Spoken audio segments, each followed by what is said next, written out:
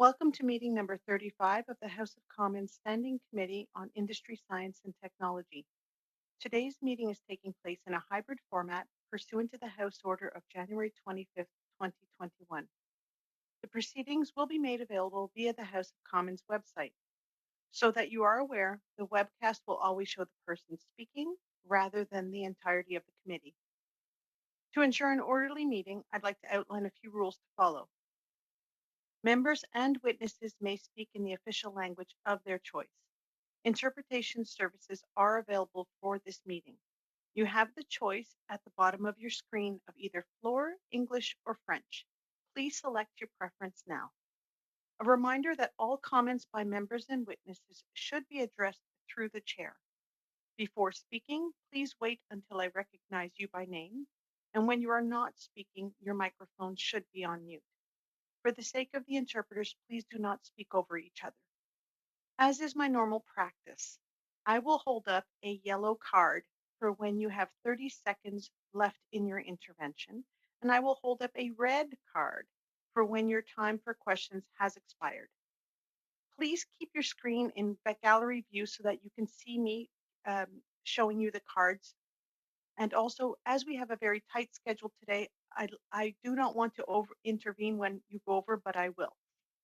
Pursuant to Standing Order 1082 and the motion adopted by the committee on November 5th, 2020, the House of Commons Standing Committee on Industry, Science and Technology is meeting today to continue its study on the green economic recovery from COVID-19. I'd now like to welcome our witnesses. Today we have Ms. Celine Bach, President of Analytica Advisors. From ERA Environmental Management Solutions, we have Gary Bay, Senior Environmental Toxicologist and Co-Chief Executive Officer, and Sarah Sajedi, Chief Technology Officer and Co-Chief Executive Officer. From Forest Products Association of Canada, we have Mr. Derek Nyber, President and CEO. From Green Centre Canada, Lynn Manuel, Executive Director, and Andrew Pasternak, Director, Commercialization and Business Development. We also have Dr. Heather Exner-Pirot, Fellow of Macdonald Laurier Institute, and from SRG Mining Inc., Monsieur Benoît Lassalle, Président Exécutif du Conseil. Each witness will present for up to 5 minutes, followed by rounds of questions. With that, we will begin with Ms. Celine Bach. You have the floor for 5 minutes.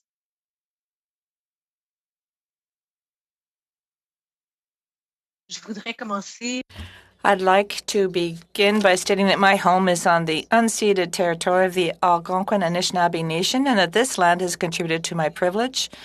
And I'd like to thank all of those who are working to protect and care for us during this pandemic. To the distinguished members of the Standing Committee on Industry, Science and Technology, I'd like to thank you for this opportunity. As people who believe in the importance of government and public policy, we're compelled to think about how we can better rebuild after the pandemic. My name is Céline Bach. I'm president of Analytica Advisors, and I work as a global management consultant on ESG projects for large and small companies and as a policy expert in sustainable finance. Enabling a 45% reduction in Canada's GHG emissions by 2030 is an important part of building back better while ensuring that we take care of the young and old and allow everyone to contribute fully to our society. Innovation, Science and Technology, the Government of Canada's recent budget signaled its intent to build an equitable society that works within the planet's boundaries. That is to say, an intent to build back better. And this committee is undertaking its work at a time when an important consensus is forming and policies are coming together on how to build back better. I will speak of 3 threads, one in Canada, one in the European Union, and one in the US. The first thread from Canada is that clean technology was one of 9 economic sectors analyzed as part of Innovation, Science and Technology's Industry Strategy Council. The Council's report, Restart, Recover and Reimagine Prosperity for All Canadians, was published in December 2020. One of the Council's recommendations called for an industrial strategy that included the deployment of Made in Canada clean technology within each of these 4 pillars. First, become a digital and data-driven economy. Second, be the ESG world leader in resources, clean energy, and clean technology. Third, build an innovative and high-value manufacturing sector where we can lead globally. And fourth, leverage Canada's agri-food advantage to feed the planet. These are important conclusions that I recommend for the committee's consideration. The second thread from the European Union is its industrial strategy, which overlaps with the Council's recommendations and signals a strong consensus on the opportunity for zero carbon and digital industries. In fact, half of Europe's 672 billion euro Recovery and Resilience Fund to be invested before 2024 is directed at stimulating private sector investment. If adjusted to Canada's GDP, this stimulus would be equal to 13 billion in annual public stimulus over the period 2021 to 2023, or about $3 billion a year more than what was recommended in the Build Back Better Canada plan published this summer.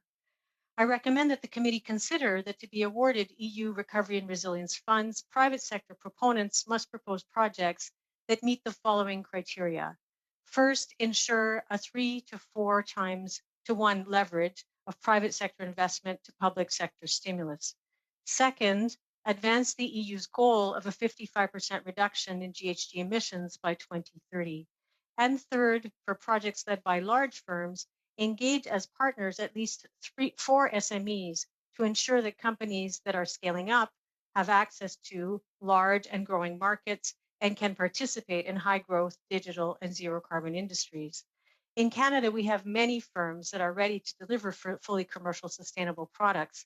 We invested in them many years ago through globally leading technology organizations such as Green Centre Canada, Emissions Reduction Alberta, and Sustainable Development Technologies Canada. For example, since 2009, ERA has committed $646 million to 204 projects worth over $5.4 billion to support the development and adoption of technologies to reduce emissions. And we can expect the same from our neighbors to the south, which is the third thread in the consensus, which I wanted to speak to today. In the US, I suggest that the committee keep a clean eye on the Clean Future Act. The Clean Act, which directs each federal agency to develop a plan using existing authorities to achieve the US's national climate goals in combination with all other agencies.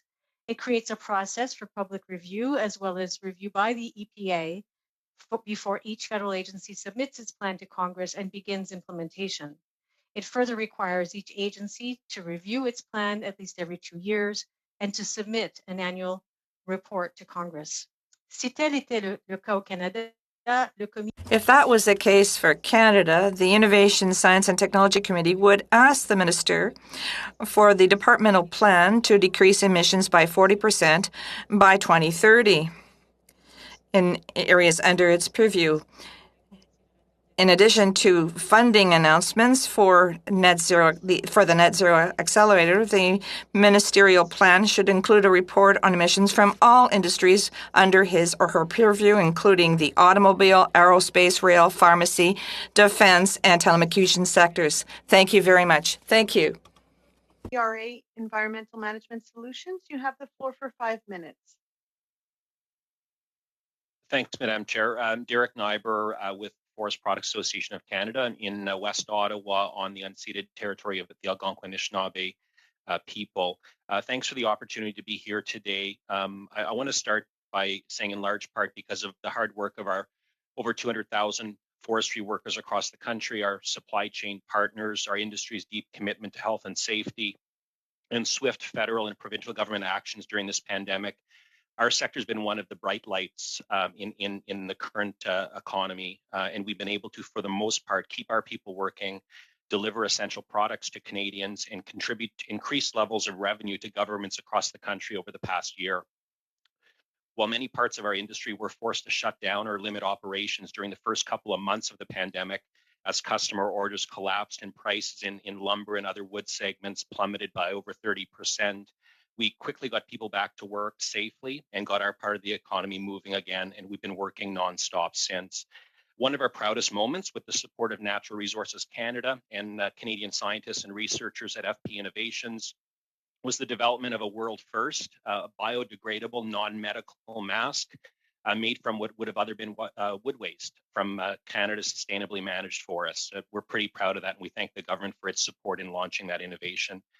As we think about recovery and our ability to be self-sufficient, we in Canada continue to be in a unique position to leverage the power of our sustainably managed forests and Canadian-made forest products for our people, from lumber for building construction and home rentals to toilet paper, sanitary wipes to paper towels, pulp for medical masks and hospital gowns to biofuels for heating systems. As the government advances its post-pandemic plans, the recovery plans, we in Canadian forestry can sustain jobs, attract more global investment, get more people working, and be a leader in our shared move to a global lower carbon economy. We're going to need some help, and we're going to need the government to do things a little bit differently to help us get there. Our low carbon job creating solutions are many, and they exist right across the value chain. As the speech from the throne said this fall, farmers, foresters, and ranchers are key partners in the fight against climate change, and governments need to support their efforts to reduce emissions and build resilience, and we couldn't agree more. We've been somewhat challenged by the government's well-intended yet siloed approach to leveraging some of forestry's environmental and economic solutions. And we'd strongly endorse an approach similar to some of our peer nations in Sweden and Finland, who've done really robust, sector-wide, very deep, full value chain approaches to recovery to maximize carbon, broader environmental, and recovery and job opportunities. Our solutions start in the forest through ecosystems-based management under the purview of provincial governments. They're informed by robust local consultation. And this is important work that involves dealing with many values, including dealing with pest and catastrophic fire risks, keeping communities safer from fire, and it extends to opportunities to build more with carbon storing wood products, accelerating the forest-based bioeconomy so we can bring more environmentally products to Canada and the world. Back in December, we released a report that provided a bit of a roadmap for the government to consider in the guise of, or under the guise of pandemic recovery. And I just want to share a few top lines from that report, which you could find on FPAC's website. Today, we have over 140 shovel-ready projects across the country worth over $1.5 billion that can improve Canadian competitiveness, lower carbon footprint, save jobs, and create new ones. We have solutions to advance renewable fuels development and to accelerate the Canadian Council of Forest Ministers' Forest Bioeconomy Framework. We can ensure that forest management and the conservation measures within Canada's managed forests are recognized as nature-based climate solutions and help us achieve our conservation and carbon goals. We need to recognize that worsening fire and pest outbreaks are seriously impacting our country's carbon story. In the last State of the Forest report by NRCan, 251 megatons of carbon up into the air just from forest fires alone. And that's an important consideration as we think about carbon and conservation policy going forward. We do have growing concerns around lack of alignment between federal and provincial governments on forest policy, duplicative regulations that are creating confusion and adding costs. And I'll add, just as I close in 30 seconds here, the government has stood with us quite firmly in the face of the softwood lumber debate. And we would like the government to continue to stand with us as we deal with some anti-forestry bills coming out of the state legislatures in New York and California that are fueled by anti-Canadian resource activists. And I'd be happy to talk about that more. This point last year, I was the toilet paper man. I'm the lumber man this year, and I'm happy to answer any market-related questions during the Q&A. Thanks for the opportunity. Thank you very much. We'll now go to ERA. Mr. Vey and Ms. Sajidi, you have 5 minutes. Thank you. Hello, distinguished members of the House of Commons. Thank you for inviting us to speak with you Ms. today. Sajidi, could you kindly put your microphone a little higher up, a bit around Sure. your mouth? Is that okay? Just a little bit above your lip, please.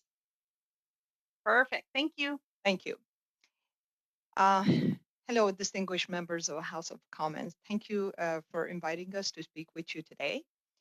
We would like to begin by acknowledging that ERA is located on unceded Indigenous lands and Montreal's historically known as gathering place for many First Nations. Today, it is home to a diverse population of Indigenous and other people. We respect the continued connections with the past and present and future in our ongoing relationship with Indigenous and other peoples within the Montreal community. My name is Sarah Sajedi, and I have my partner, Gary Vague, with me. He's a senior environmental toxicologist, and I am the chief technology officer, and we both are chemists.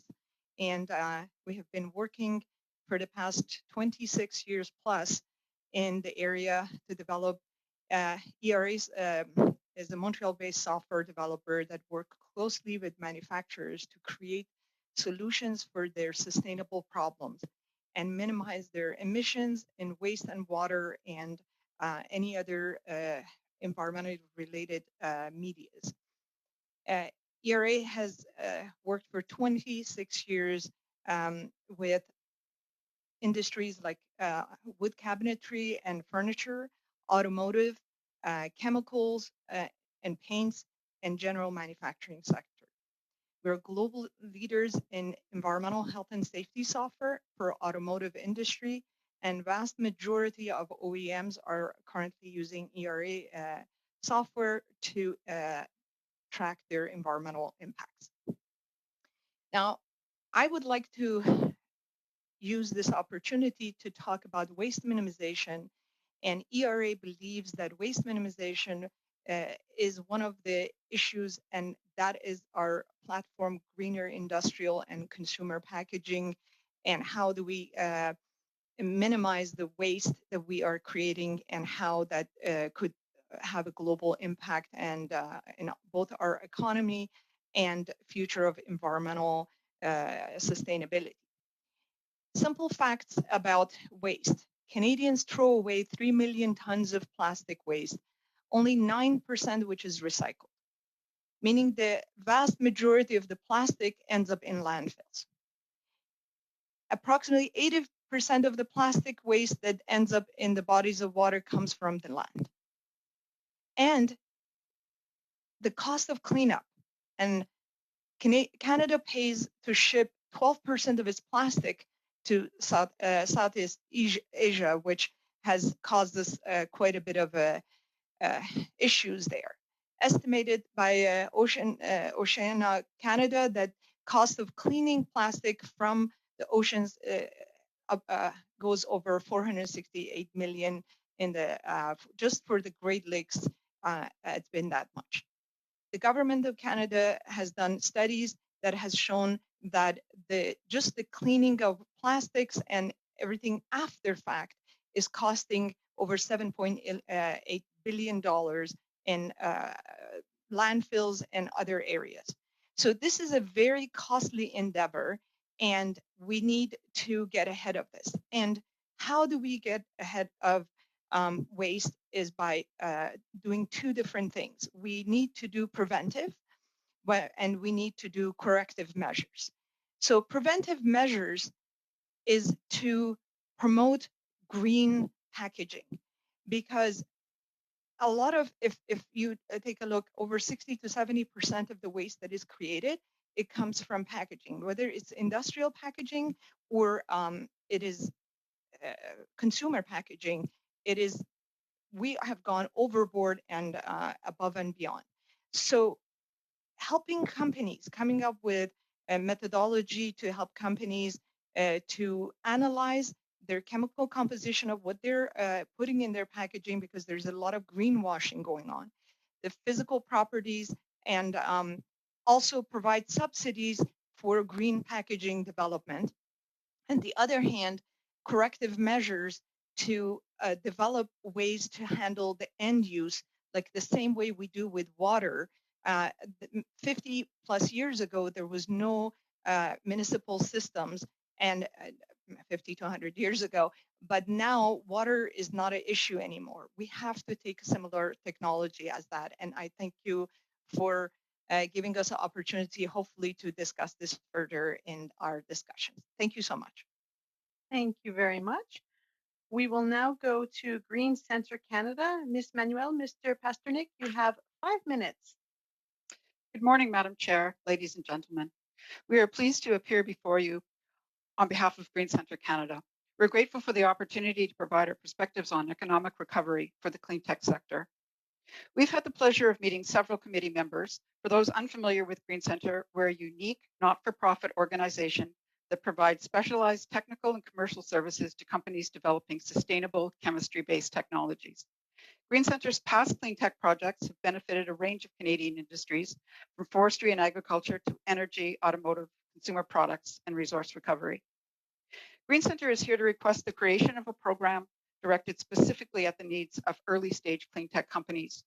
Our experience proves that a single lab-scale validation project valued at $100,000 can unlock public and private investment of $1 million or more to finance the more costly stages of scale-up and demonstration.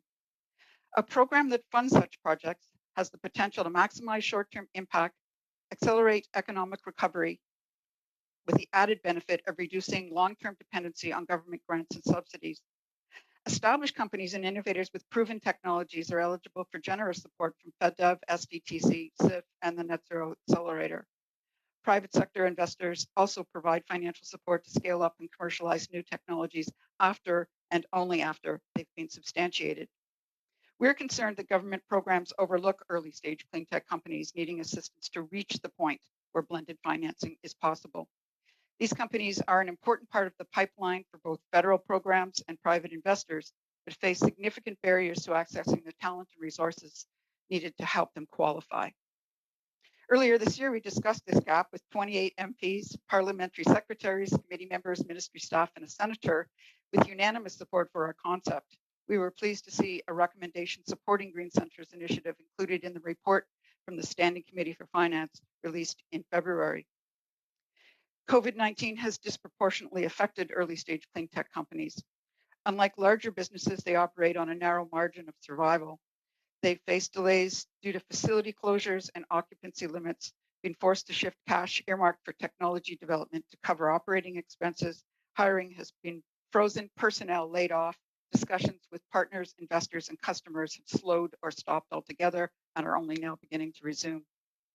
Further, many clean tech companies are led by young entrepreneurs and recent graduates. They are energetic and resilient, but struggle to finance the validation of their technologies, even without the challenges of the past year. Young Canadians must be at the heart of our recovery, not only to help them rebound today, but to ensure their future success. Green Centre has an established track record of invigorating Canada's clean tech ecosystem. Since 2014, we've leveraged government funding to assist over 100 Canadian startups and SMEs who've raised over $250 million and created hundreds of jobs. The impact is irrefutable. These companies have industrial partners, investors, some have domestic and export sales, others have support from SDTC and are well on their way to commercial operation. Lifecycle, a previous Green Centre program participant, has made the Global Clean Tech 100 list for 2 years and has commercial operations in Ontario, New York, and a project planned in Arizona. They are only getting started. The federal budget proposes to make $1 billion available over 5 years to attract private sector investment in large-scale clean tech projects. A mechanism is needed to advance innovative companies to the point where they actually qualify for these programs. Green Centre has demonstrated the expertise, resources, and reach to accomplish this. A Green Centre program of $15 million over 5 years would accelerate up to 150 early-stage clean tech companies to the point where blended financing can work. The future health of Canada's clean tech sector depends upon the success of the innovators developing new products today. Accelerating the time to market is critical, not only for their survival, but to ensure Canada's success in meeting ambitious climate goals and becoming a leading global supplier of sustainable products and processes. To become a clean tech leader, Canada must do more to bridge the gap between research and commercialization. Early stage clean tech companies need now, more than ever, access to expertise and resources to aid in their recovery. A program that meets these needs will attract private sector investment and help fuel the growth of Canadian companies, create jobs for highly skilled workers, and bring sustainable environmental benefits to the world. Madam Chair, ladies and gentlemen, thank you for your attention. We look forward to your questions. Thank you very much. We'll now go to Dr. Heather Exner-Pirot. You have the floor for 5 minutes. Thank you very much and good morning. Thanks for the opportunity to speak with you today as you study our nation's economic recovery from COVID-19. My name is Heather Exner-Pirot and I'm here in my capacity as a fellow at the Macdonald-Laurier Institute. I've been studying Northern and Indigenous development for 15 years and lately have been working on a variety of pieces related to Indigenous engagement and resource development. I can certainly appreciate the desire and the imperative to move towards a greener economy, but I want to caution the government against limiting through your policies what kinds of energy systems Northern and Indigenous communities can engage in and what kind of resources they can invest in. I do have some concerns that our policy choices are limiting the opportunities that Indigenous peoples have access to. I will offer 2 examples. The first is the Canada Infrastructure Bank. As you know, it has a fairly limited mandate. I think it's excellent that you have dedicated $1 billion for an initiative for Indigenous community needs. However, on the resource development side, it is restricted to clean power and green infrastructure. This is a concern because by far the best economic development opportunities for Indigenous peoples in Canada have been in oil and gas and mining. Indigenous businesses are 40 times more likely than the average Canadian business to operate in the extractive sector. Billions of dollars of contracts are awarded each year to Indigenous businesses in the extractive industry. The oil and gas and mining sectors represent 8 of the top 10 highest paying occupations for Indigenous peoples in Canada, and oil and gas occupations pay Indigenous employees about 4 times the average wage of all other sectors. That is consistent for Indigenous women also, for whom oil and gas related occupations represent the top 6 highest paying occupations, with pipeline transportation being the highest. I know that there have been missed opportunities where First Nations would have been able to become involved in projects as equity owners if they had had better access to capital. These kinds of projects help them develop intergenerational wealth. I know that there are many excellent Indigenous solar, wind, and biomass projects, but they do not generate the same scale of financial benefits as oil and gas and mining do in Canada. The other example is in local energy development. I think community, Indigenous, and government stakeholders are all unanimous in wanting to transition remote communities off of diesel. But programs such as Northern Reach program again limit alternatives to solar, wind, biomass, and hydro, and not fossil fuels such as natural gas. In many cases, especially where hydro is not a viable option, switching from diesel to natural gas would save significant amounts of money, produce fewer greenhouse gas, particulate, and nitrogen oxide air emissions, and we quieter and more efficient to operate. And in general, diesel generators can be converted to operate on natural gas fuels. Wind and solar are intermittent sources of energy and not standalone solutions for northern communities, but many government programs preclude that transition to natural gas because it is a fossil fuel. My point here is to draw the committee's attention to some of the perhaps unintended consequences of green policies. It is good to incentivize and support communities who choose wind, solar, geothermal, biomass, and hydro opportunities, but it should not constrain their ability to choose the best opportunity overall, looking at a combination of social, economic, environmental factors. I will conclude with this. The commodity cycle is turning. It looks like there are some good years ahead for oil and gas and mineral projects if Canada can start to attract more investment. And it'll be critical for economic recovery from COVID, especially in rural and remote areas. Indigenous peoples have been historically left out of the benefits of Canada's resource development. Only in the past 3 or 4 years have we really seen that evolution towards Indigenous equity ownership in major projects, and that is a very positive move. But if they're only supported in the ownership of smaller green projects, they will again miss out on a generational opportunity to build community prosperity and generate own source revenues. I'm concerned that this is neither ethical nor fair, and so I would urge the committee to advocate for policies that maximize Indigenous people's ability to make their own choices about what kind of energy and resource projects to support. Thank you. Thank you very much. We will now go to Monsieur Lassalle. Vous avez 5. You have 5 minutes, Mr. LaSalle. Thank you, Madam Chair, and thank you to the members of the committee for this opportunity. I'm going to take a very practical approach here with respect to the post-COVID recovery. And we have seen what Mr. Biden is proposing for his economy. We've seen what Europe is doing. In our history, we have never seen so many billions of dollars put to a green economic recovery, and there have been a lot of criticism as well. We see what the Chinese are intending to do, and I believe that here in Canada, we don't have a global view. I have been an owner of mines for the past 25 years throughout the world. Today, I'm trying to buy a mine in Quebec, and people don't realize today that the green economy is based on critical minerals. We talked about making bus manufacturers in Quebec. That's very good. But do you know that today in the world, in the mining sector, 7% of the graphite is found in Europe, but 56% is made it comes from China. And there's a cathode and an anode and a battery. Do you know that 100% of this material comes from China? Today, the Chinese are stopping to export anodes. So this is made of graphite, and we have to control our natural resources. I own a nickel mine, cobalt mines, graphite mine. I'm trying to buy a lithium mine. And who are clients? They're the Chinese. And the China has said clearly that we no longer want to export raw materials. We don't even want to export anodes and cathodes to make batteries. And with the green economy, you need a battery for the solar panels. The solar plants cost less than any other types of energy sources or plants right now. And these require batteries. So everything that's connected to a battery is essential. And I'd like to take this opportunity to tell you that we have to manage the intellectual ownership of these critical mines in a very, very rigorous, open way. Next week, there are a lot of lithium transactions that are going to be talked about. We've had transactions in Quebec, one in lithium in Alaska, a graphite mine in the New World. And who owns those mines? Europeans.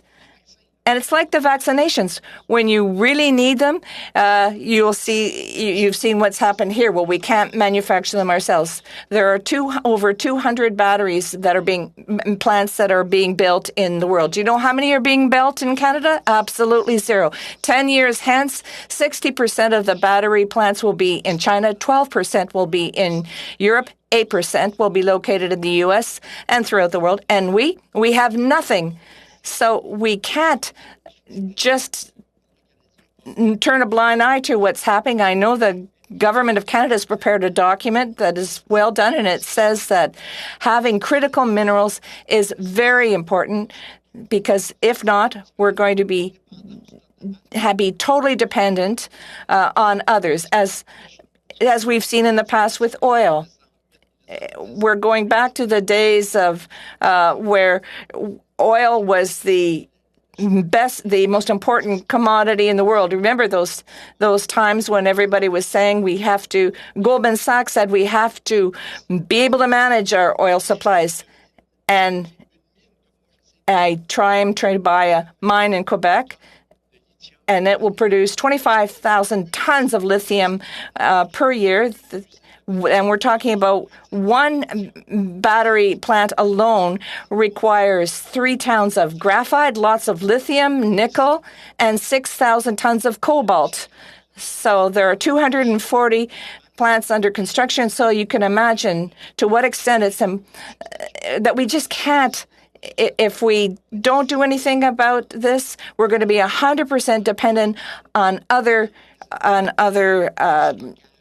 countries for our needs. And that's impossible. It's an impossible situation. We have to take action, and quickly. In Quebec, we've allowed projects to go away, and for me, this is totally unacceptable.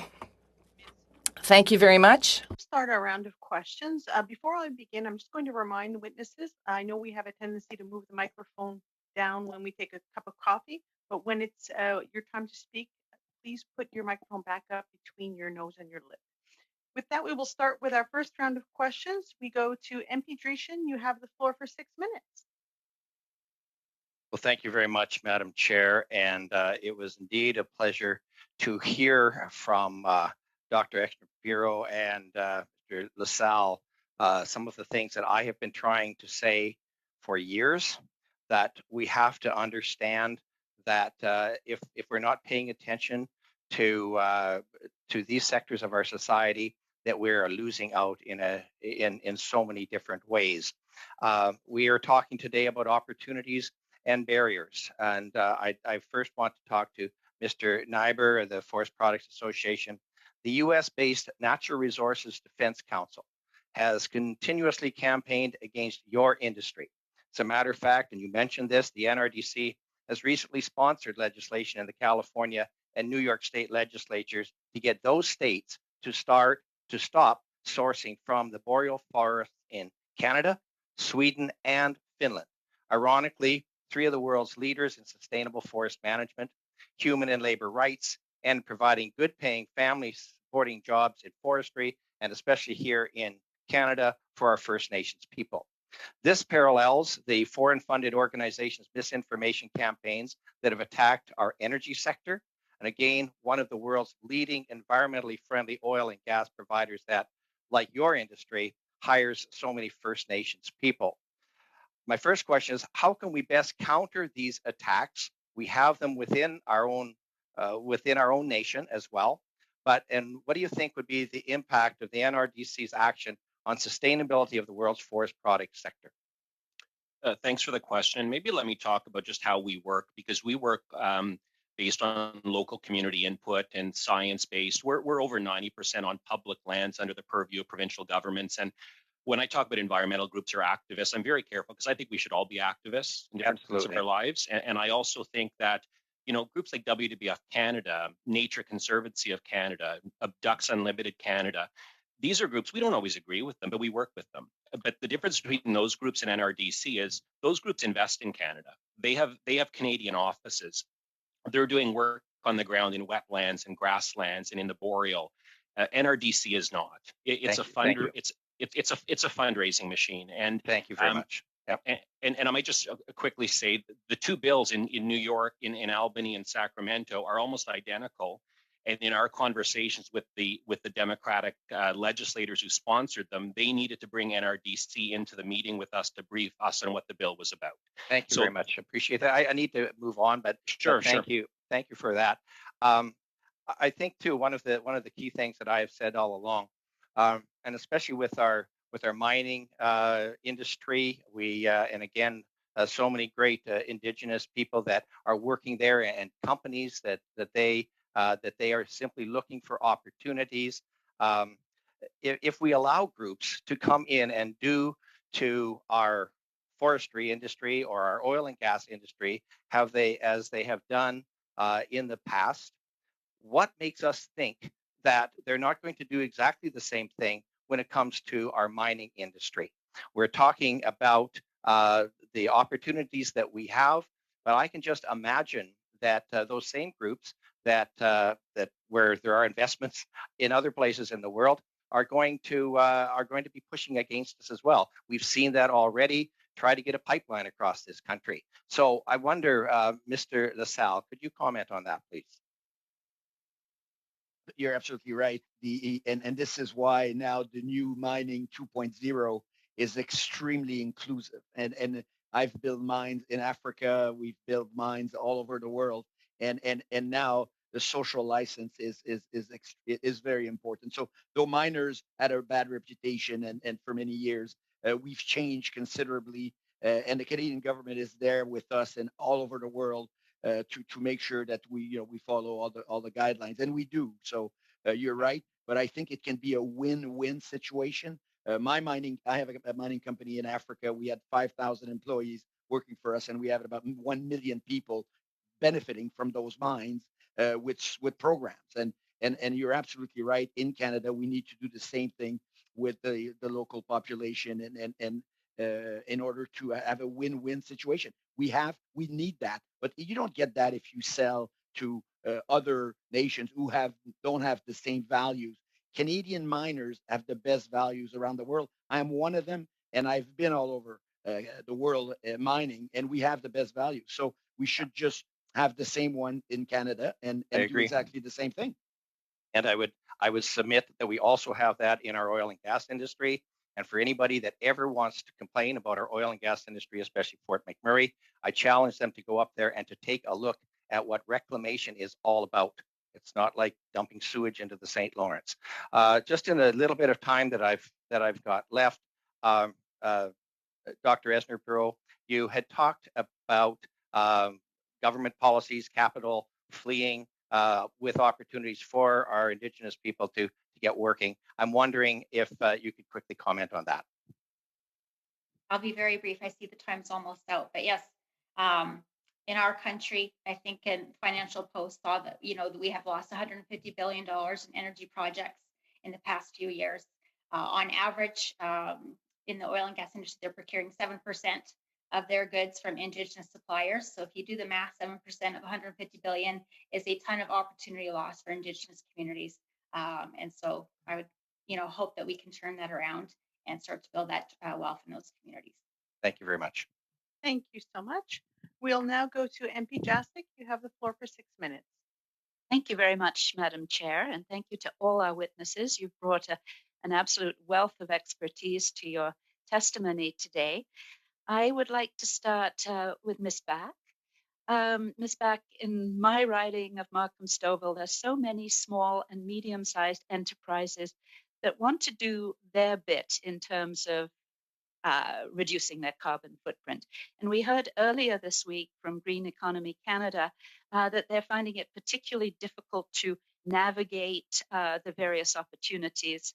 And as a not-for-profit, they are assisting those small and medium-sized enterprises. Now, you made reference to something in the EU where, as part of a project's application, as I understood you to say, that larger companies need to engage with SMEs as they put their projects forward. Could you just expand on how that's working in the EU so we might have some lessons here for us? Well, thank you for that question. The EU has a very concerted strategy to enable SMEs to become a more significant part of its economy. And it's not a surprise, therefore, that when the EU decides to deploy over $700 billion in capital over 3 years, that it includes a requirement for all public stimulus of private sector investment. It requires large project proponents to include SMEs in their project proposals. This is part of a multi-pronged strategy. I can tell you, for example, that there is an EU program underway in Canada, which is enabling EU scale-ups to understand how to export to Canada. And so, there are people at the EU delegation who have a responsibility now, a project underway where they are enabling EU SMEs to meet with large Canadian companies, Maple Leaf Foods as an example, to solve their problems, that with new innovations coming from the EU. So the committee might find it interesting to consider this very systematic approach. I would, and I have in the past requested reports from Statistics Canada on exports from Canada by SMEs, and those reports are no longer annual. We don't know the relevance of SMEs in Canada's exports. At one point, it was 25% of the value of all exports, so equal to that of the mining industry. So very, very significant to Canada's economy. But we don't know now what it is because we no longer keep track of it. So your recommendation would obviously be that we should be keeping track of that kind of information. This committee could request it and require a report, yes. Thank you so much. Now, Ms. Sajedi, you ran out of time, and we were getting to some really interesting areas that you were talking about in terms of plastic waste and obviously minimization of such waste. And you were able to address some of the preventative strategies, but you also wanted to talk about corrective activities. So perhaps could you expand on that area? Thank you so much for looping me back in. I highly appreciate that. So corrective measures is governmental intervention and help to create a sustainable systematic process recovery and reuse for recycling waste. We have done that in municipal water treatment, and it has been extremely successful. But for some reason, for waste management, it seems that it is very sporadic, and there is no hard level like rules and regulations like water has.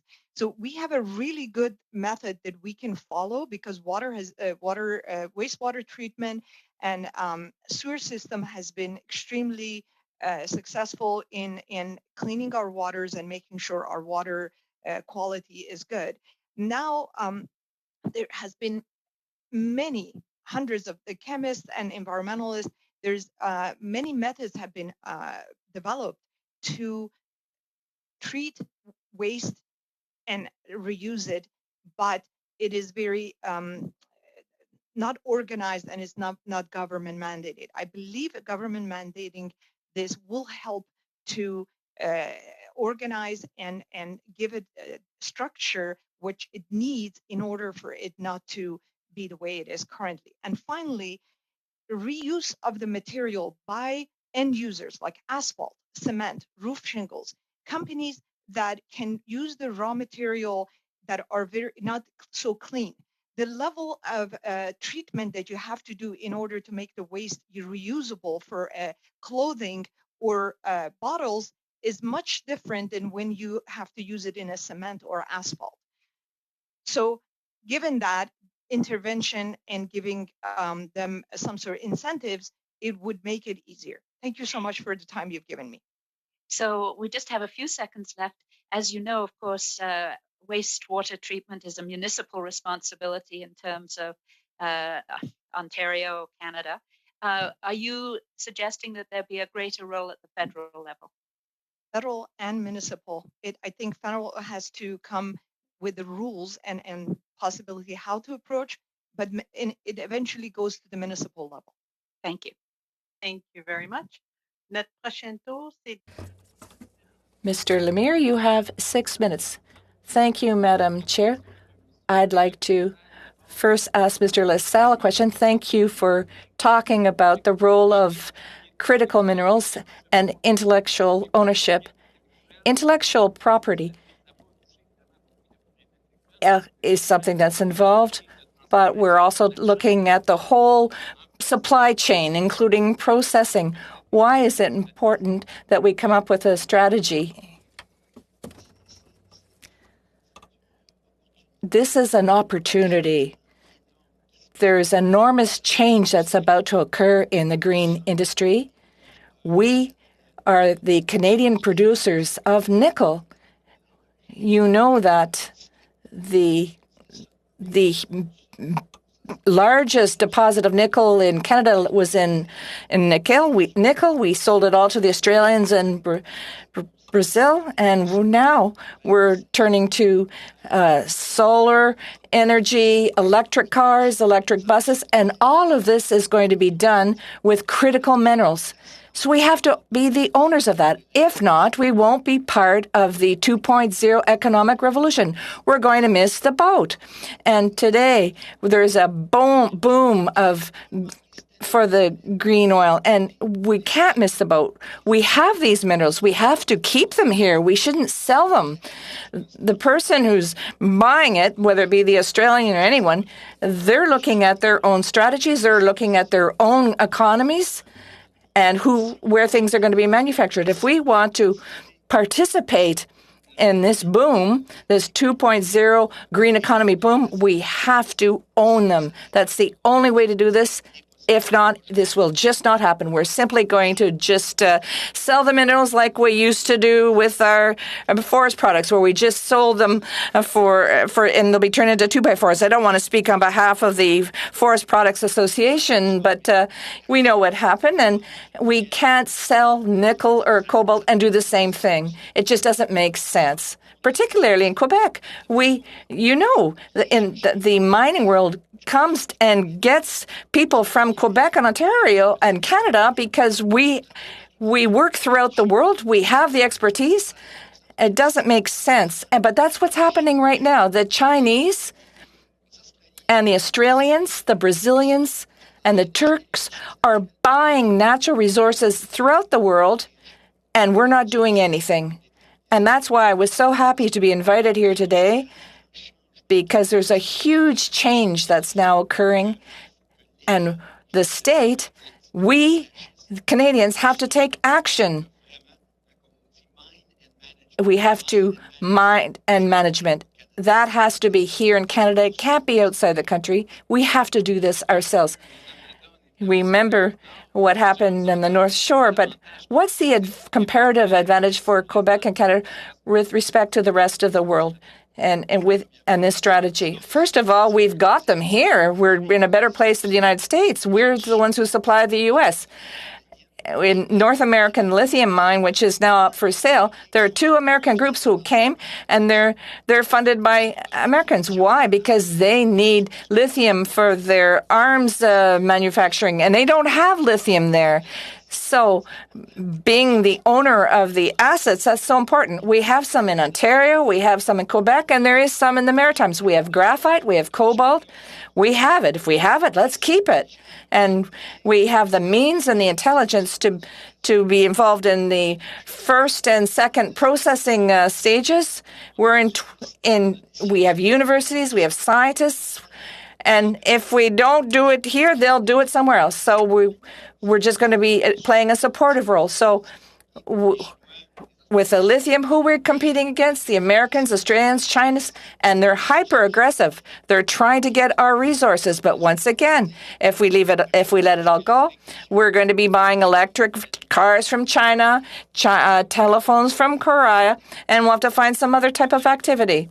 Thank you. In the Temiskaming area, mining is a huge part of the economy. Can I hope that the strategic minerals such as lithium will create jobs involved in second and third processing? And it will leave a very, very small environmental footprint. What is your opinion on that? You're quite right.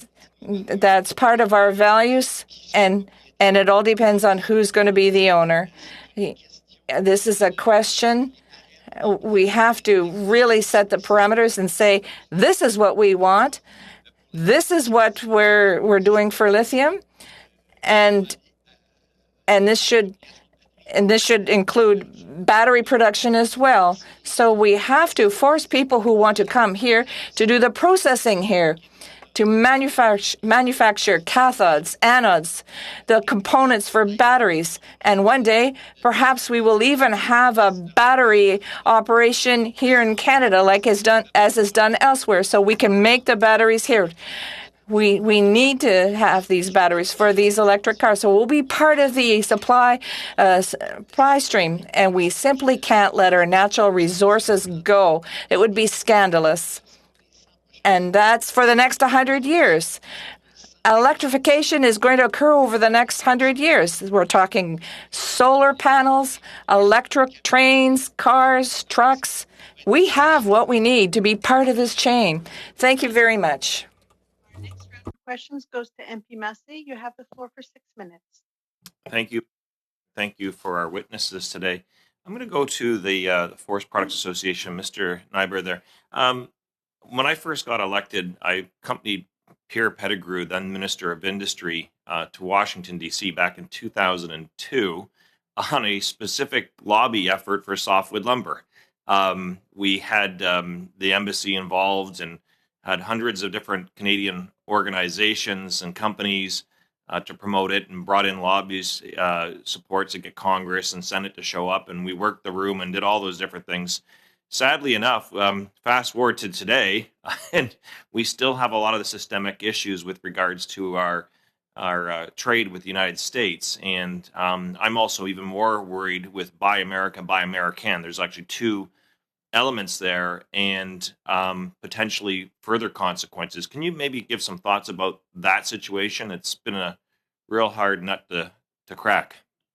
Yeah, thanks for the question. And it's also why it wasn't included as part of the new CUSMA.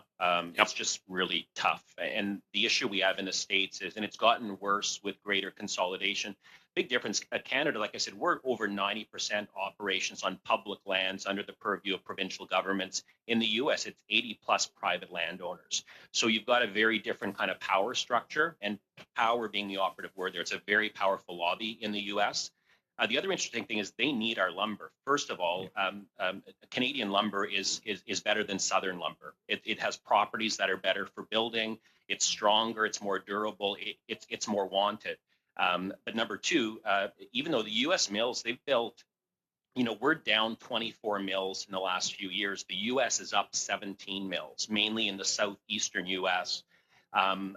Because of the demand in the U.S. And even at that, the states can only satisfy about 75% of domestic demand. So they need our lumber, but the powerful land lobby in the U.S. continues to be the biggest barrier there. It creates a political problem for both Democrats and Republicans.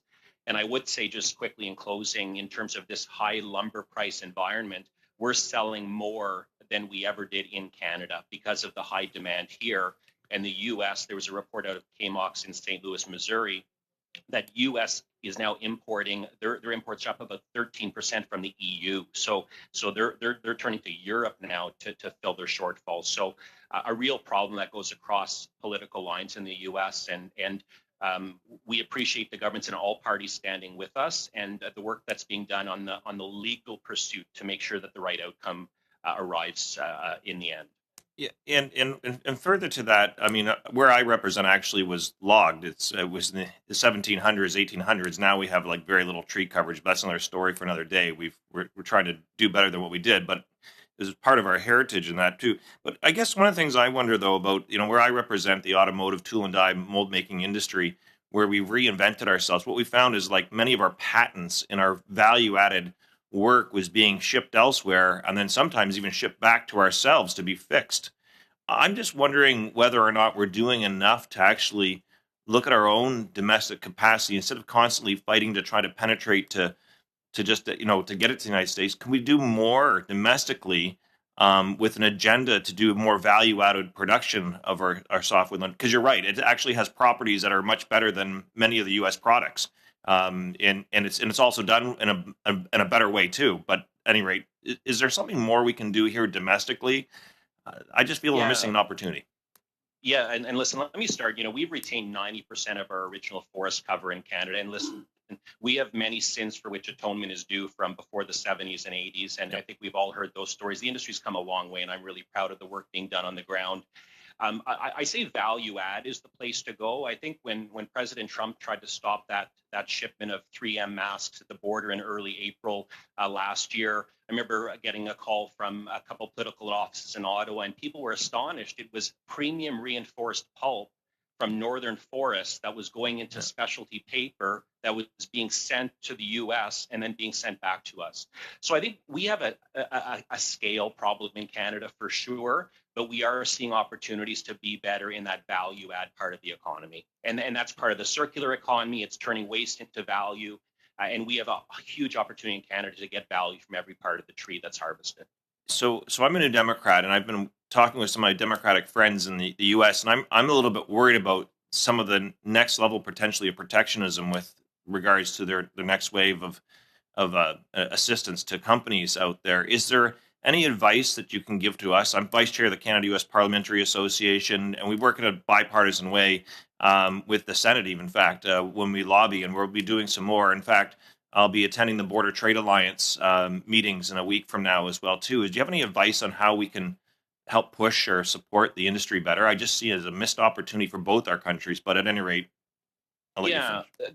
Well, I agree, and they need us, and I think that's a question that deserves more than a 30-second answer. So I'll take that away, Mr. Massey, and I'll talk to my team and get back to you with. And I appreciate the offer of support. We've appreciated your support, and your former colleague Tracy Ramsey was really, really great on this stuff as well. So thank you. Yeah, thank you very much. I know I have the flag up there, but yeah, please do so, because we work in we work as, like, again, bipartisan way, and the more we can do, because we keep pounding away on it anyways. But thank you, Madam Chair. Thank you very much. And actually, Mr. Nyber, if possible, if you could send that information to the clerk, they'll make sure that all of the members of the committee receive it in both official languages. Thank you. We will now start our second round of questions, and our first 5-minute round goes to Député Généreux. Merci, Madame la Présidente. Thank you, Madam Chair. Thank you, Mr. LaSalle. I have 300 questions for you, but I'd like to begin by talking about critical minerals.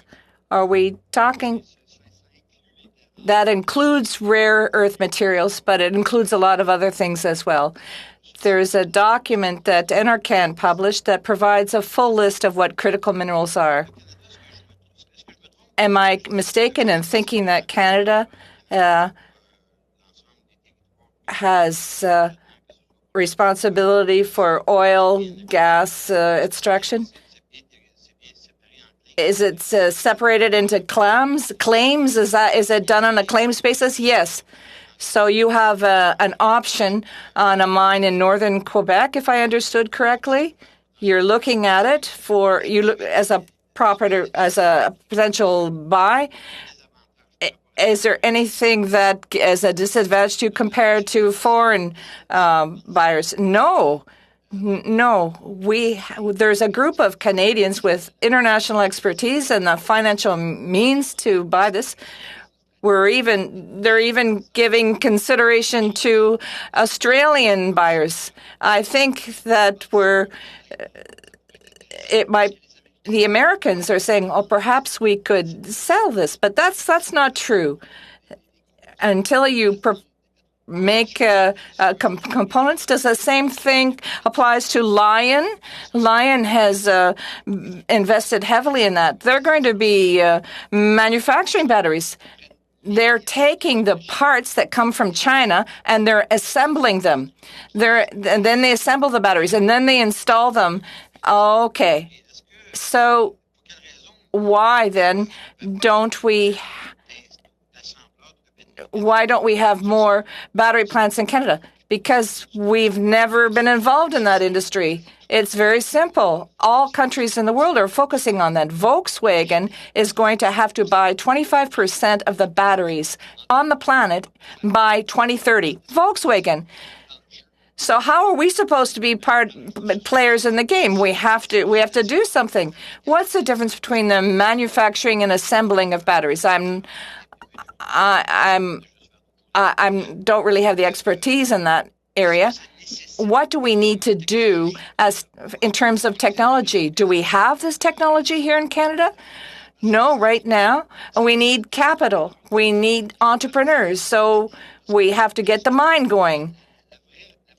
The real resource, it's the natural resource. We have the minerals here in Canada. You can't make a manufacturing plant for anode if you don't have graphite. You need graphite. So we will then do a cathode and an anode plant. And then we also have cobalt. And if we don't want to manufacture the battery because a battery, you have to understand, it doesn't travel. You can't manufacture batteries far from the manufacturing plant for cars. It's a huge battery, so the batteries don't travel very well. So the assembly plant has to be very close to the car manufacturing plant. But we do have lots of car assembly plants in Canada. Ontario sure has them, and we have Lion in Quebec. What are the opportunities that we have for these critical materials? Do we really have the ability to do this? What is the quantity of critical minerals that we have? What's involved? What part of this inventory does this account for? We have a lot of lithium. We have a lot of graphite in Quebec. We have nickel in Ontario. We have nickel in Newfoundland. So we do have some. But since the demand is going to explode, the demand for lithium for the next 10 years is going to be 11-fold. For graphite, 7-fold. Our resources are going to be used. I can guarantee that. But it will be used by us, or will it be done by the Australians and the Chinese and the Brazilians? It's going to be extracted from the earth. That's clear. And the lithium mine and the graphite mine, does it belong to Quebec? No, it belongs to the Chinese.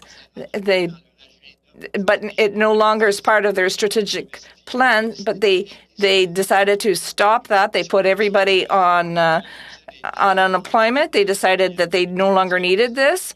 And so we're in the third round of presentations for buying the mine. I will repeat myself. I just do not understand that we've got a made in Canada solution, and I didn't have time to go through my 300 questions, Madam Chair. You have 5 minutes. Thank you, Madam Chair, and thank you to our witnesses for your very informative testimonies today. I'd like to start with Madam Back. My understanding is your organization published a report back in June 2020 titled "Building Back Better with a Bold Green Recovery Synthesis," and I looked at the report, and on the forward section of the report, you highlighted. It was highlighted Canada already has a competitive advantage in 4 of these areas: low carbon natural resources, commodities, zero emission vehicles, smart buildings, and sustainably produced food. You also mentioned a series of investment that the federal government, you suggested a series of investment that the federal government can make to make sure that Canada is well set in this path of resilience. Can you highlight some of those federal governments and specifically talk about how these funds will be sourced? I believe you're on mute. Thank you very much for the question. The Build Back Better plan tried to do 2 things. It tries to solve for carbon, so actually put Canada on a path which is consistent with the goal of reducing emissions by 45% by 2030, but also to stimulate the economy. And the plan in its summary includes recommendations along 11 axes. Just to build on the discussion, that we just had a moment ago about rare earths, I think it would be helpful perhaps just to speak about natural resources and EV innovation.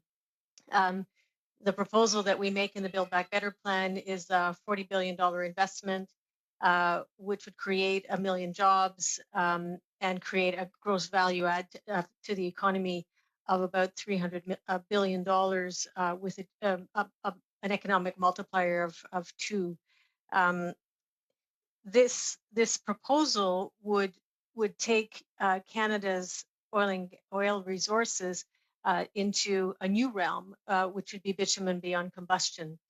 So to create using organizations like Green Centre Canada and others like Innovation Alberta to create high value materials that are extremely light and that are fundamentally important to the electric vehicle value chain.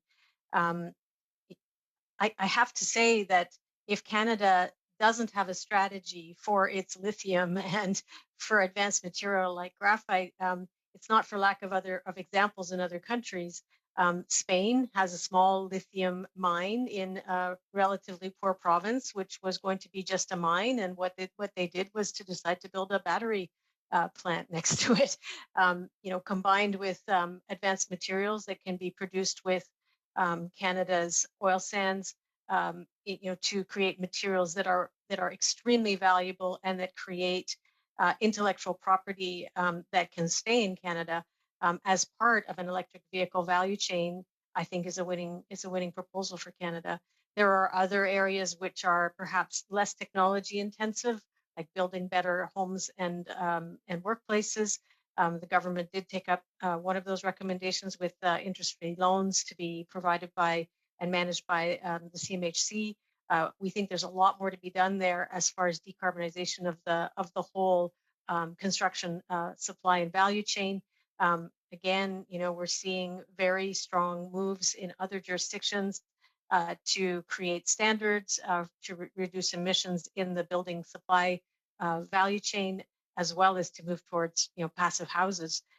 The irony in the world of building is that Canada was the world leader in terms of energy efficiency for buildings and homes, and the world doesn't associate Canada with the passive house.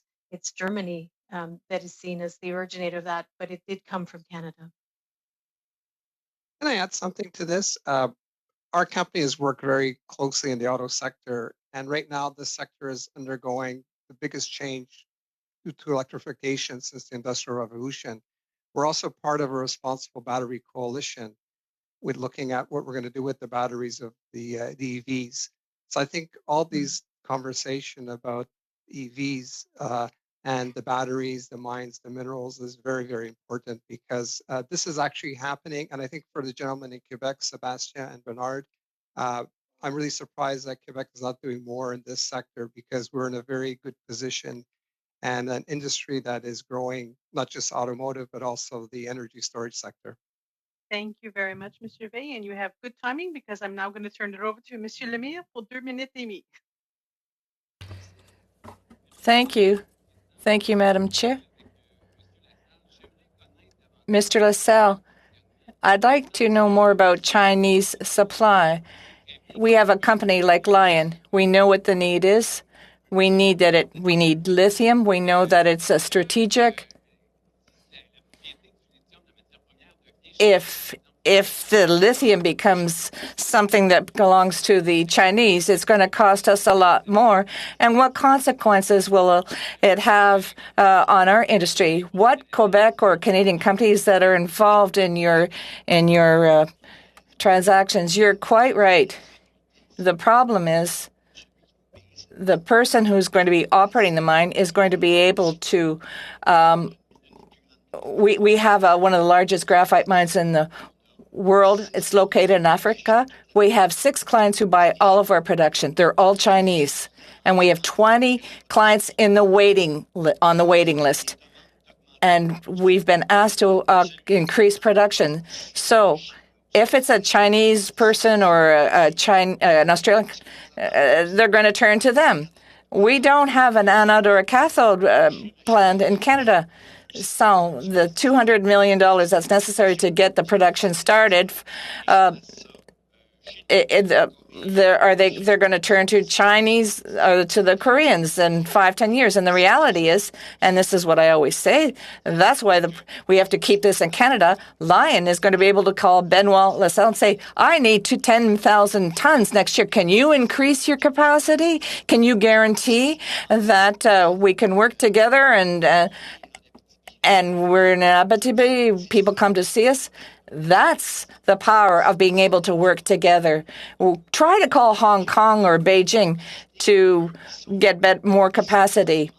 They have a chronic shortage in these countries. We could sell everything to them. We have a nickel mine. We could sell everything to the Chinese. They buy everything up, everything, and at a high price. So if we refuse to sell to them, in 2 weeks, they're going to buy a lithium mine in South America. Why?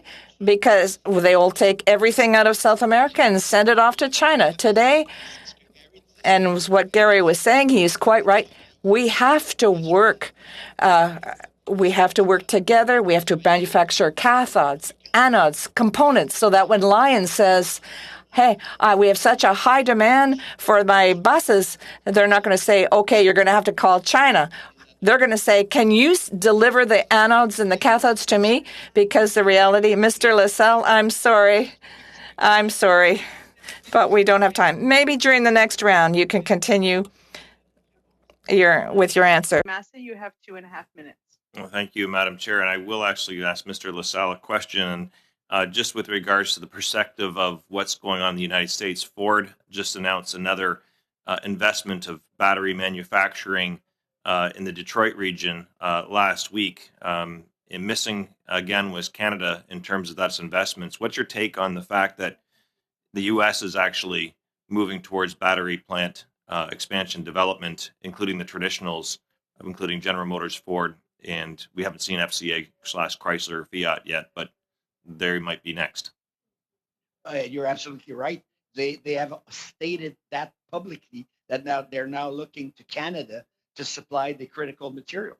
So they are opening up all these battery plants. There'll be about 20 of them. There's currently 20 battery plants in construction in the United States, and they don't even know where the actual input's going to come from. So they are, and on the mine we're bidding for, there's 2 Americans that are completely backed up by Department of Defense or by the federal government to come and buy the lithium from this project. So yeah, when we see all these announcements, and you know, we think it's great, and Mr. Biden and all the billions of dollars, because they're all going electric, they're turning back to us. So we don't have a problem. We don't have a battery plant here in Canada, but at least let's sell them finished products so that spodumene, we mine lithium. We turn that into spodumene, $600 a ton that we sell it.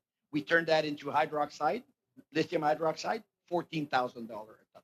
Can you see the difference? So, but the foreigners who are trying to buy the mine are not going to do the hydroxide here. They'll do it in North Carolina, in Australia, in China, and we're saying no. We're building the hydroxide line or plant immediately, and we'll sell that. People think hydroxide is going to $30,000 a ton. It's right now 14. They think it's going to 30.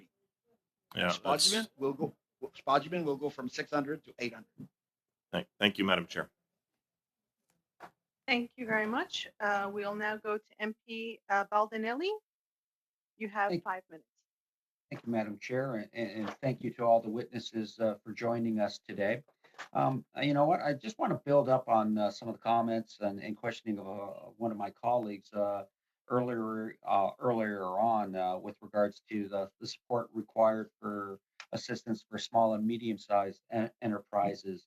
And again, just referring back to our last session where we had 2 organizations were saying sometimes those small and medium-sized enterprises are having a difficult time not only accessing the resources available for assistance, but also the technological assistance and support they would need to bring forward the changes that are required. If I could, I'll go first to Green Center Canada, Ms. Manuel.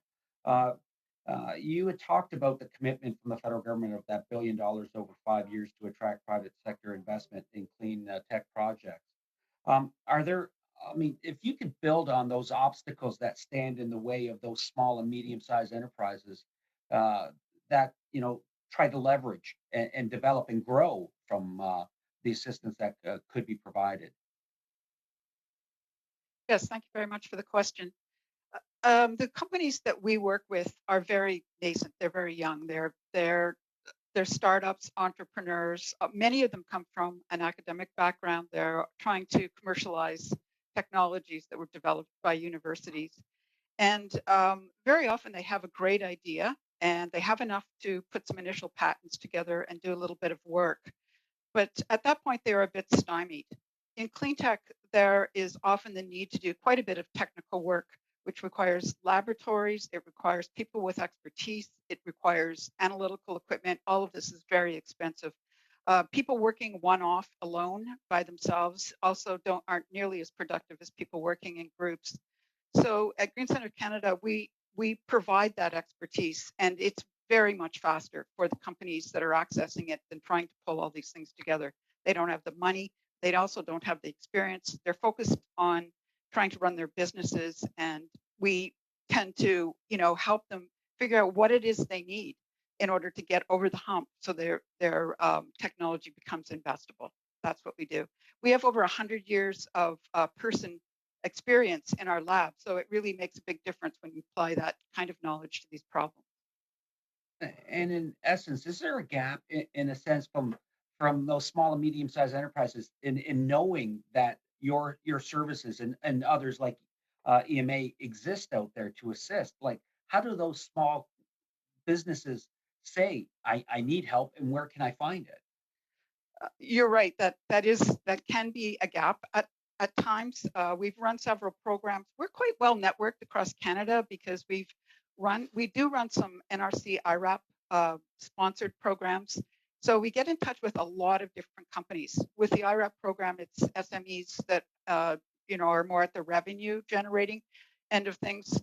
We've worked with a lot of startups through several programs that we've had in the past few years. Our most recent program was in it ended in March 2020, so just 13 months ago. We had we canvassed all across Canada very quickly to find 7 projects in that year. We completed those projects. Those companies have since gone on to raise $45 million and hire 60 people in Canada. So if we can, if we can put the word out that these programs are available, there is very good uptake. And certainly, creating more of a national ecosystem and network would, with regional offices set up to really look in the various regions to find the best opportunities, that would be even better. Thank you so much. I quickly want to follow up with ERA environmental management. Gary, you had spoken earlier about the impact on the automotive sector, and I was hoping you could follow up a little bit more. I mean, I also come from a riding like Mr. Massey, where got a General Motors plant just next to my riding. In fact, I spent 4 summers there. They put me through university working there. And as we transition to a greener economy, they're an engine plant facility. What are those impacts? What are those decisions? What are those things that GM is going to be looking at as it moves forward and going forward to newer technologies and means in engine production? So the drivetrain, as you can imagine, is changing with electrification. So the battery plants, good part of the discussion. The efficiency of the plants themselves, how they manufacture, and the releases to air, water, and the land. These are huge investments. Any plant is what worth over $1 billion US. And we're seeing it ourselves, our clients. I think they mentioned FCA, which is now Stellantis, a brand new plant there downtown Detroit. We do see investments there in Oakville, Ontario with Ford. So, and not just on the consumer side, regular vehicles, but also on the commercial side too, with the trucks. We hear contracts with Amazon and their companies happening. And even Hydro-Quebec's advertising here in the province of Quebec about transportation of, homegrown produce through the winter with electric vehicles. So that's also, slowly taking shape.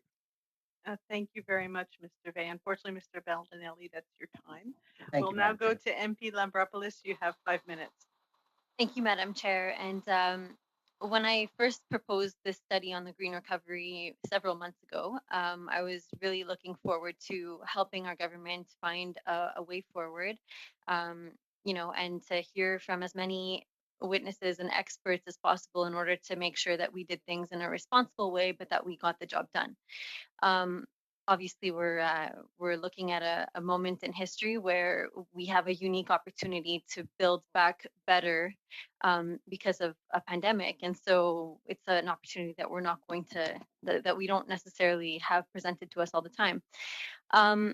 And today we heard many of our witnesses express some concerns and express some of the, I guess, the consequences that we can face if we go about this the wrong way. Obviously, we want to get to a zero net emissions by within the next decade or two. But what I'm hearing is that obviously our natural resources sectors can definitely suffer if we were to go about this the wrong way, and we don't want to be dependent on any other countries in the future.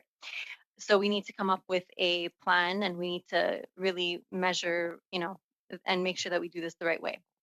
What are the things that we should be taking into account when creating a green recovery plan, and how would we assess that this is the right way to go?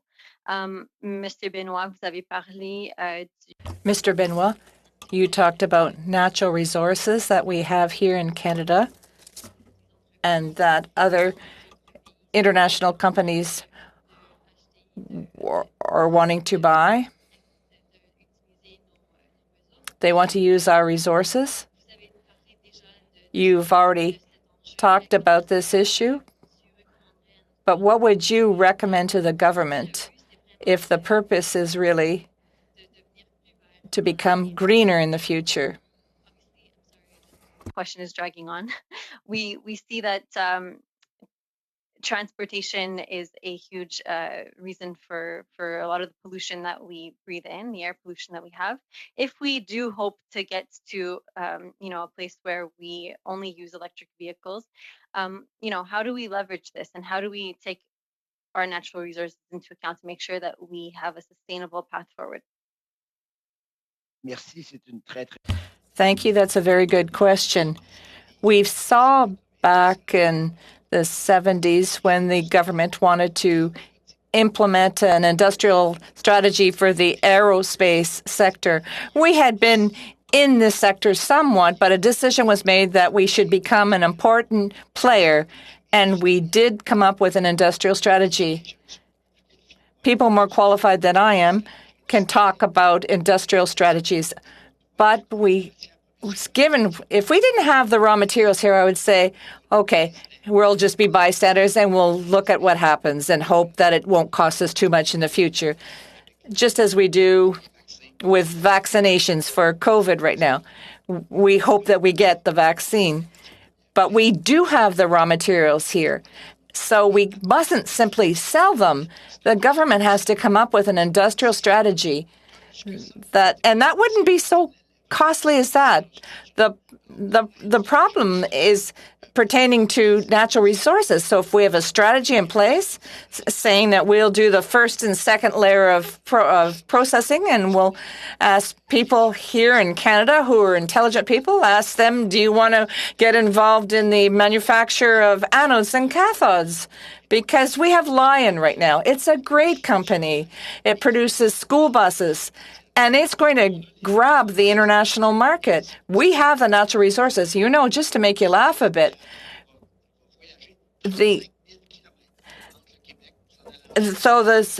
we're going to be sending some of this material 33,000 miles away to China and only to buy it back here. So we have to have an industrial strategy with supports from the Development Bank, with BDC, with funding to support us. And if we have an industrial strategy, we're going to really make sure that we use our natural resources well. I have no longer and more time, but I'd like to thank all of our witnesses. And particularly thank ERA for your presentation. You actually are in my riding of Saint Laurent. And so I appreciate you being here today. And you've offered a lot of really good information on plastics and on waste. Thank you. Thank you so much. And we'll now start our third round of questions. And the first round goes to MP Poliev. You have 5 minutes. Thank you. My question's for Mr. LaSalle. You talked about minerals required by China for electric cars. Given that the environmental standards in China are less rigorous than ours are, when we consider the impacts and all of the environmental activities that go into producing the car, and if we consider that, and we think about the environmental consequences of producing a traditional or conventional car using gas, oil, now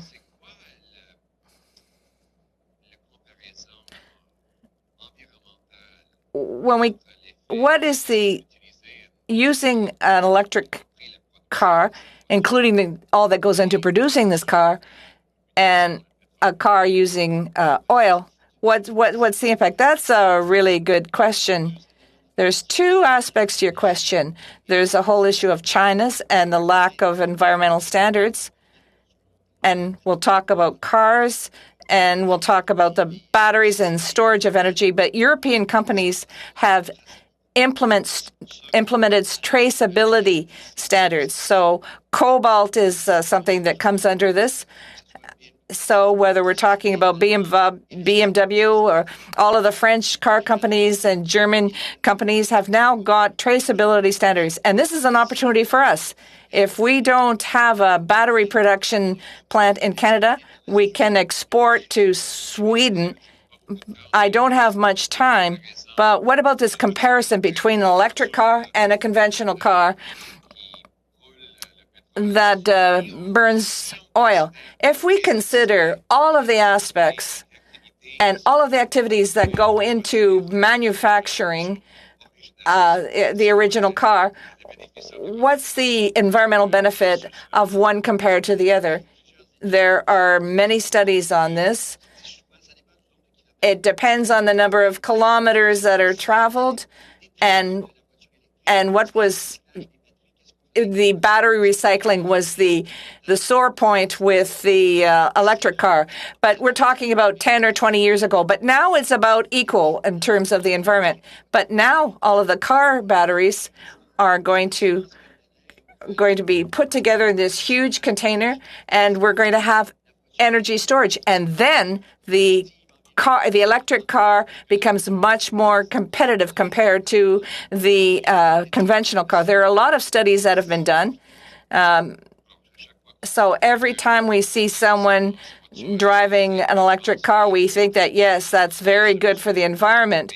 But if we consider everything that goes in, all of the materials and minerals that go into producing the car at the outset, let's say the mines are coming from China, and we consider all of that, it's not so clear that electric cars right now, as we speak, have a tremendous advantage over conventional cars. And there's a huge debate going on. Am I accurate in saying that? Yes, that's accurate. Thank you very much. How much time do I have left? 1 minute. I just think that we have to be very careful about what seems to our eyes to be green, which versus what is actually green. I think in Ontario, the government signed these so-called green energy contracts that overpaid for electricity through wind and solar power, which had as the effect of actually driving more electric activity out of the economy and into more polluting jurisdictions where the energy was cheaper. And it made sure that things like geothermal to heat your home are less economical because the electricity that you have to buy in order to power your geothermal system is far more expensive here in Ontario due to these so-called green energy contracts. It's also more expensive to power up your electric car in Ontario because of these so-called green energy contracts, when we could have just bought affordable electricity from Manitoba and Quebec, which is clean, green, and proven. We instead wasted enormous sums on these contracts. So things that appear green to our eyes are not always so green. Thank you very much, Madam Chair. Thank you very much, Mr. Polyev. And I'll just tell you, I do enjoy my plug-in hybrid. Just mentioning Félicitations. We will now go to MP Assassi. You have the floor for 5 minutes. Thank you, Madam Chair, and thank you to all the witnesses for their incredibly valuable testimony today. Now, if I could start off with Ms. Back. You obviously look at things from a global perspective, and you also touched in your testimony regarding the Clean Future Act in the U.S. I was wondering, what are the lessons for us to be learned from the framework that has been set up in the U.S.? Is there anything that that we can learn from the American approach? The Clean Futures Act is legislation which is making its way to the House floor, and so it's obviously legislation that's still being considered. But I think that the comments that I brought as a witness was what I thought would be appreciated by all parties of this committee, and that is the idea of a highly decentralized mandate for each federal agency to plan for its contribution for Canada to achieve its goal of reducing emissions by 45% by 2030. I think that this is the only way we're going to achieve what we need to achieve, and I say that because I think traditionally in Canada, the ministry of the ministry to which your committee is focused has not had a mandate to report on the progress of the industry. And I'm afraid that we can see that by virtue of the lack of industrial policy for electric vehicles. And so the fact that the U.S. is taking this, I guess, structured but highly decentralized approach, where every agency has to come up with a plan and report to Congress in a way which is transparent and where citizens can review and see progress, and consider the plan before it's finalized, I think is really relevant. And this committee could request that of the minister. Yep. with information on all of the industries that are within the purview of the ministry. So as you rightly point out, it's a very decentralized approach, and an integral part of the American framework, or the proposed framework, is the role of the states. So is there anything to be learned there for Canadians as to what the provinces are supposed to be doing? Well, so each province, as you know, under the the carbon legislation of Canada, has to show progress in terms of reducing emissions. I think that there are areas where the government of Canada has an important role to play, and in the Build Back Better plan, we pointed one of those out, which is interprovincial transmission. It's fundamental to have really strong interprovincial transmission to attract massive private sector investment. I follow very closely the Canadian and global oil and gas industry, and I can tell you that capex in Canadian oil and gas industry varies between $5 and $8 billion a year. It happens that the opportunity for renewable energy in Alberta is of that same order, 10 times over, right? If we had the strong transmission interprovincially, we would be able to attract world-class infrastructure investors in renewable energy in Alberta and Saskatchewan, as an example.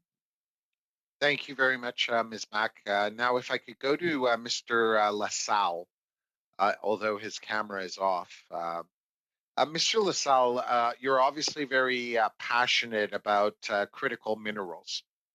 In your view, is it imperative that we adopt a continental approach to critical minerals along with our southern borders, or can we go it alone? I think we should have both, but we should start alone so that we request transformation in Canada to start. But clearly, we won't be able to do it alone. They have 20 plants in construction. We have none right now for battery manufacturing. So we're so far behind that. And somebody mentioned Ford, GM. They're all going into electrical cars. And though Monsieur Poliev was saying, is it really better if the trend has started, is accelerating? So I think we should have both. Your question is great because we can't do it all, but we absolutely have to stop raw material going south without transformation. Thank you. Thank you very much. Notre prochain tour, c'est député. Mr. Lemire, you have 2.5 minutes. Thank you, Madam Chair. I have a question for Mr. LaSalle. What can the government do to help to come up with a strategy to protect critical minerals? We need to have a system. I'm an entrepreneur. Entrepreneurs do everything on a free market, but we're in a phase right now. Someone said this earlier. We're in a very unique situation right now. I think it was the member from Saint Laurent. It's a time that we never thought we would see, and the government has to step in. And I would say that if the National Water Authority in California wanted to work with British Columbia and would install a pipeline to get the water from BC to California, everybody would react then. I'm saying we have to react. It's the same principle. They're going to empty us of our raw materials, and the demand's going to be very high. We have a lot of natural resources, a lot of land. The government has to step in because the provinces have to step in. It's strategic. It's critical. It's as critical as controlling our drinking water. and how we managed to manage oil in the West, and how we did it with hydroelectricity in Quebec. If Golden Sachs ever did an IPO for hydroelectricity in Quebec, we'd have some problems. So I think we have to have a strategy here, Ken, and I'm really, really hoping that the federal government will look at the transactions, ensure that we have an integrated industrial strategy, and a veto on transactions involving critical minerals. That's the survival of our economy that's at stake. We have to control the costs of our economy as well. I'd like to know a little bit more about the environmental issue. What is your reputation in terms of environmental standards for companies? I created a company called Semico in 1995. I was on a humanitarian assistant to help children in Africa. I'm an accountant by trade. I created Semifo, and it's a huge company with thousands of jobs. And as I was saying, we have a Semifo Foundation, and we've helped millions of people. We were even nominated for a Nobel Prize. I went to Sweden pertaining to that. So I think that we can bring the same values to Abitibi. Thank you very much, Mr. LaSalle. You have the floor for 2.5 minutes. Thank you, Madam Chair. And I want to bring Dr. Exner-Perot into the conversation.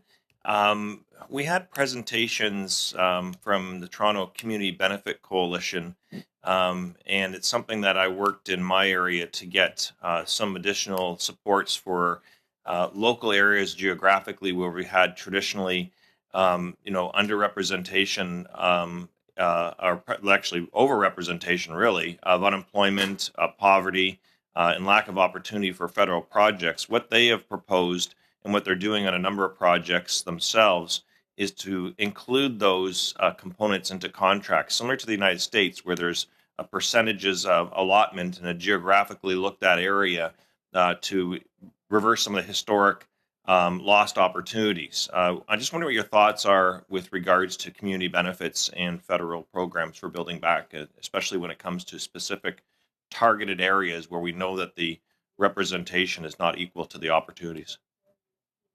Thank you very much for the question. I know we're talking about a green recovery, but we also need to talk about an inclusive recovery and including those people that you just mentioned. So the resource development sector has become much better at procuring from Indigenous companies. It's not an easy thing to do. There's a lot of capacity building, a lot of relationships that have to be built.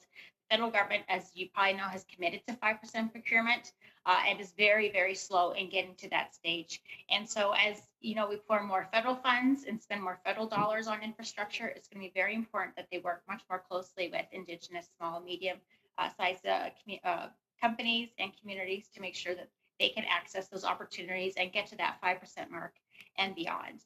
And just, with regards to a lot of the other discussion, we're talking about the need that we're going to need new resources, we're going to need electrification, all these things. These are all projects that happen with natural resources on land.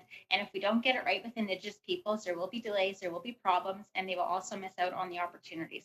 So we need to be much smarter as we recover on including Indigenous peoples meaningfully. And I don't think we'll get very far in developing, any of these resources. And real quickly, I only have a couple seconds. Real quickly to you though, is that so if they miss the 5% target, do they ever is there an opportunity to bring forward that piece that was missed before there to another project, or is it just lost forever, or is there an obligation to fill that void that was missed from the 5%? Well, there's no obligation. I think it's a target, not an obligation. But there needs to be more work, obviously, in getting to that point. Thank you. Thank you, Madam Chair. Thank you so much. We will now go to MP Dreeshen. You have the floor for 5 minutes. Thanks once again, Madam Chair. And we've just finished a study on red tape, permit economy, and the like. And I guess one of the questions that I'd like to start off with, in Canada, it takes years to get projects approved, where in other places in the world, they certainly don't have to deal with that. We've seen this with, C-69, the other issues that are associated with that. We've seen the billions of dollars leaving Canada because of the time it takes, or the projects perhaps not ever being allowed to get on on the road there. So I'm wondering, Mr. LaSalle, can you give me just a real quick comparison of the time it takes to get through the red tape that we have here in Canada? Because if we're going to come up with a solution, we have to look at that first and then try to take it from there. Thank you so much. I mean, this is my pet project. I've worked everywhere around the world in mining. As an example, we're just building a mine, operating and building a bigger mine now in Morocco. The time to permit from presenting the study is 6 to 9 months. And then you get your full permits. We're following IFC standard, World Bank standards, environmental standards. We do take care of the local population, and permitting is less than 1 year, which in Canada would be minimum 4 to 5 years. So absolutely. And this is why, of course, China is so much into Africa. The natural resources are there, but permitting. And don't believe that permitting is being paid off. And I've been there 25 years. It's not the case. They're very strict. The embassies from all over, from the European countries are there. They're checking all of that. We're following the international norms, but they want and they need and mining or natural projects, natural resource projects. So you're absolutely right. I think the ratio is 1 to 5 approximately. And if you were to look at the United States, probably 1 to 10, because they're much more difficult. But I've been saying that to the Quebec government here, because that's where I want to get involved. I said you got to cut those years down at least by 50%.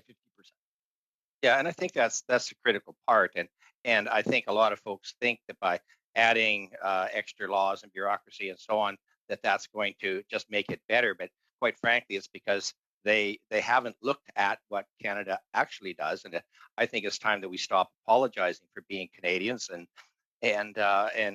recognize the great things that we do. So I think that's kind of part of it. I think the other thing I'd like to ask this question is we keep hearing about the electric vehicles and so on. I'm interested in who do we think should be paying for the municipal electricity system upgrades that are going to be required. If you live in a condo and there's 70 cars that are in the parking lot, how do we manage that, and who's going to be responsible for it, do you think? Well, you're asking. Well, look, I'm the miner. I'm not the one taking care of the infrastructure. But I'm telling you, there's room. There is room. You could ask for the automobile makers. Look at Tesla's profit last quarter, and it's just starting. There's room to have a tax on if there is a need for that to subsidize all of this. I mean, it's going forward. It's going very fast, and Sure. and that economic system has room to pay for infrastructure. Or maybe simply not giving the Tesla owners the subsidies that they have, so that there's a little bit of a fund that we could start, when this does happen, because I'm just afraid that it's going to be people that don't own cars and so on that are going to be caught with the cost of the upgrade. In just the minute that I have left, Dr. Esner-Pivo, I think it's so critical that we look at the great industrial leadership that we have in our Indigenous community. And I'm just wondering, you had talked about the requirements with regards to Bill C-69 and talking to our native population. Do you see ways in which we can make this work better when we are trying to engage in the mining sector? Absolutely. I think sometimes the federal government has a tendency to put up more barriers and to see Indigenous peoples as people to be protected rather than removing barriers so that they can interact with industry more directly. And C-69 and even C-15, I think, are examples of that. Ways that you can improve it. Groups like the First Nations Major Projects Coalition do an excellent job. If there's a bottleneck, it's because Indigenous nations need to do their own due diligence. They want to get their, own environmental monitoring. So supporting them to get through those due diligence processes will reap so many benefits, I think, in shortening timelines and approvals. Thank you. By the way, adding these Thank you, charging sir. stations is not that expensive. We added 16, and we're not a large company and don't have the money that Tesla has. Thank you so much. And we'll now go to MP Erskine Smith. You have the floor for 5 minutes. Thanks, Chair. I want to start, Lynn, you have spoken about the gap in existing federal supports as it relates to early stage startups and the necessary research and development that needs to happen for those companies to succeed. There was a lot of money in the budget for a SIF renewal and specifically a net zero accelerator. And there seems to be a continued and increased focus on clean tech going forward and growing clean tech in Canada. Walk me through how those proposed supports continue to miss early stage startups. Thank you. Thank you for the question. The issue is that those programs require industrial participation upfront in terms of dollars. So they require private investment before the programs can even begin. The issue with that is that there's so much technology that is created. We have a great research community in Canada. We really do. And in order to get to the stage where investors are willing to put out money, so either industry or private investment, or even the federal government programs, companies are required to prove that they have something investable. So there's the issue. It's kind of a catch-22. So that in order to get money, they have to show that they're investable, but they can't show they're investable because they don't have money to prove it. It's a really difficult situation. So what that tends to do is it really elongates the time frame it takes for these new technologies to get to market because they struggle to raise the money to get there. And some of them don't make it. Some of them leave and go to another jurisdiction. They go to a different country. Should we be looking then to say in our recommendations that some fraction of the proposed SIF funding and the renewal of SIF be devoted to early stage startups? I mean, I've been talking about this for quite a while now, and I think that's really a necessary part of what the government needs to be supporting. And I will say that there's so much leverage on those dollars. Okay, so we're talking about doing lab scale work that people can take that data forward and convince other investors that they have a working technology. And so working at that scale is very economical for everyone concerned. We don't want people to, reach that investable stage before they've done their homework because it costs so much more to do the work at that point. So I think it's really a good deal for everyone. And I see a couple of hands up. Celine, I want to get to you first. It's nice to see you again. I want to ask, you can comment on what Lynn has said, but I'm also interested. We had Brian O'Callaghan before us at the last meeting talking about how we haven't really made serious investments in workforce training that we need to make as we look to clean transition. And I wonder if you were to identify some of the missing pieces going forward. Feel free to comment on what Lynn has said as well. But where else as a federal government are we missing pieces that we really need to address if we're concerned about a green recovery and really tackling climate change in a more serious way? Well, very briefly, I would recommend that the committee look in terms of the role of SMEs in the economy, that it look at U.S. federal acquisition regulation, subpart 19.7, the small business contracting program. That is the U.S. law that requires SME procurement for all major contracts by any federal and I think state dollars. And it seems to have sort of gotten a copycat in the EU at the moment. In regards to your question on developing people and skills, the standard formula for the next gen funds in the EU is 15%.